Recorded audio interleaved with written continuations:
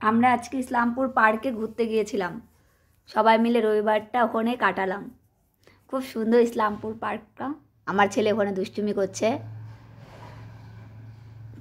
ওর আজকে পড়া নাই, তো এর জন্য ও বলছে মা একটু পার্কে যাব, পার্কে যাব, পার্কে নিয়ে যাও, পার্কে নিয়ে যাও।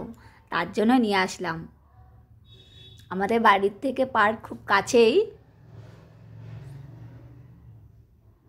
এদিকে বাচ্চাগুলো খেলা করছে। এগুলো দেখলে খুব ইচ্ছা হয় যে আমরা একটু দোলনায় উঠি, একটু লাফালাফি করি। সেই ছোটোবেলার দিনগুলা মনে পড়ে।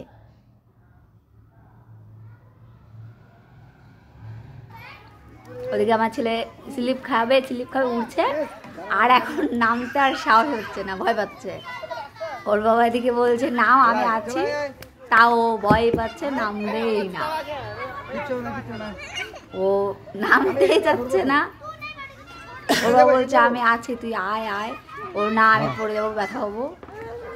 আগে বললো আমি উঠতে পারবো, এখন বলছে